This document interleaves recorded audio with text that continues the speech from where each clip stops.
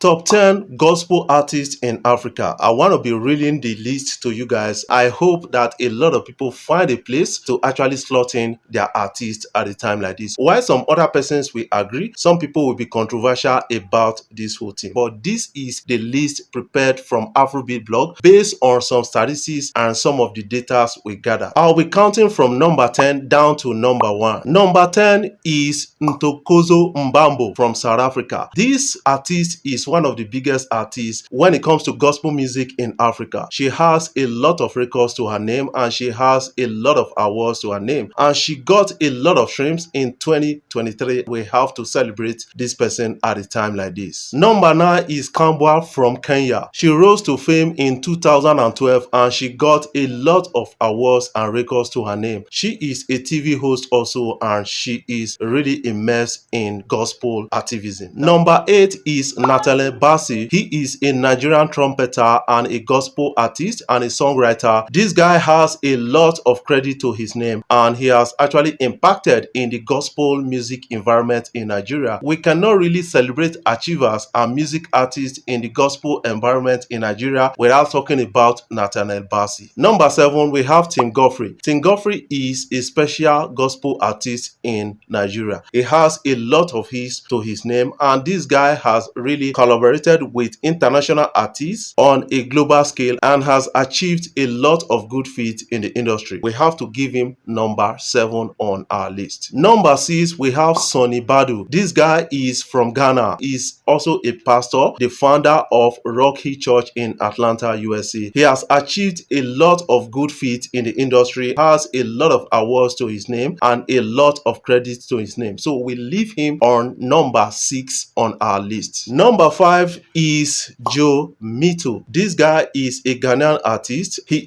is credible for gospel activism. That is something I can really say. And he has actually impacted in the music landscape of Ghana to an extent. This guy is well listened to by a lot of Christians in Nigeria and some African countries at large. And he has also influenced some of the young people in Ghana towards gospel music. Number 4, we have Benjamin Dube. Benjamin Dube is a South African gospel artist and has a lot of credit to his name at a time like this. We have to celebrate this man for actually giving us a lot of content when it comes to music for Christ. South Africans are really doing well enough in the gospel environment and they need to keep at that. Number 3, we have Mercy Chinwo, a Nigerian artist. She is really one of the biggest gospel artists in Nigeria because of the popularity of her songs, and she was the winner of Naija Idol Season 2, and ever since she has been giving us back to back when it comes to hit songs and the gospel realm. Number 2, we have Prosper Jemo. He is a gospel artist in Cameroon, has a lot of credit to his name. He has a music school called Rema Music School. He is actually impacting in the lives of many people in Cameroon and across the Cameroon boundaries. Has exerted influence in gospel music in Africa. We have to celebrate this man. Number 1 is Sinach. Sinach is a Nigerian gospel artist. She has a lot of credit to her name, including the most streamed gospel artist from Africa at the time. She is really getting ahead of others in terms of gospel activism. She is a member of Christ Embassy Church. She has impacted in terms of donations to that ministry. She has some of the biggest gospel hits, Waymaker and I Know Who I Am, and she is really impacting lives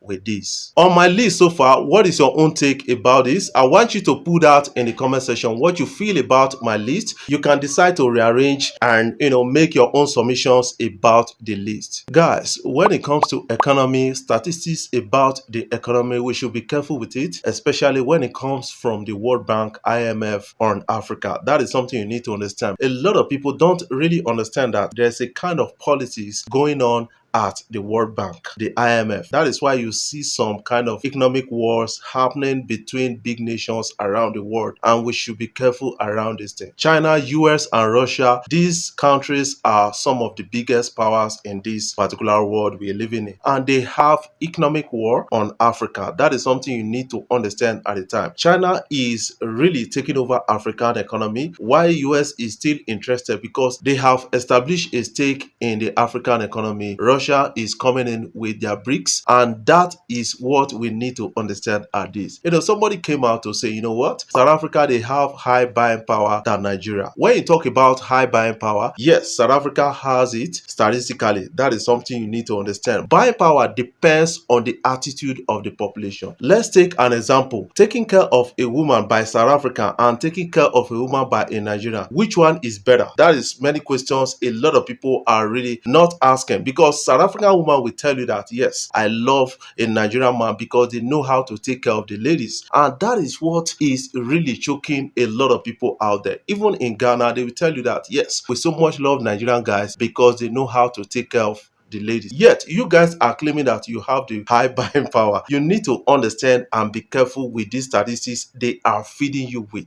See this report, Africa 10 most indebted nations. That is really overwhelming. On the list, we have Congo Republic with 91% debt to GDP ratio. We have Sierra Leone with 82.6 debt to GDP ratio. We have Ghana with 81.5% debt to GDP ratio. Then we have South Africa with 75.8% debt to GDP ratio. I called out 7 of these nations. I didn't find Nigeria on it. That is one thing a lot of people don't really understand. These guys, they have high debt profile compared to their GDP. Nigeria is still on the safer side. Though our politicians are not making it easy for us, we need to understand it from a particular point of view that when it comes to economy, which is the study of scarcity, you have to be careful with the statistics being read out from IMF, World Bank, because a whole lot of politics are going on at that level. That is what we understand by this whole thing.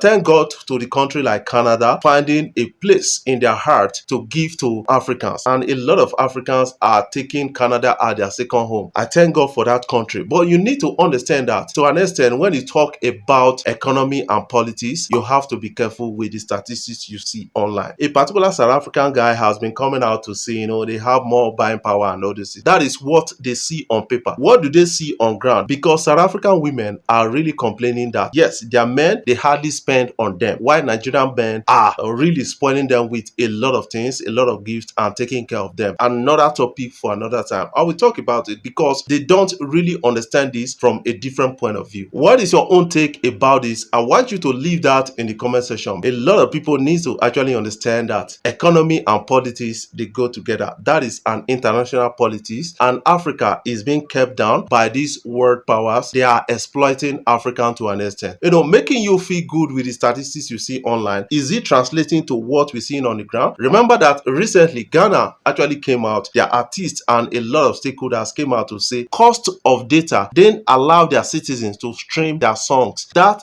is another point they need to really look into. It takes the effort of truthful Ghanaians. We have a lot of truthful ones among them, to come out to say, yes, this our president is not performing well, because when you check our debt profile against our GDP ratio, it is really high, and that is quite disturbing, and that is going to keep us on ground for a very long time.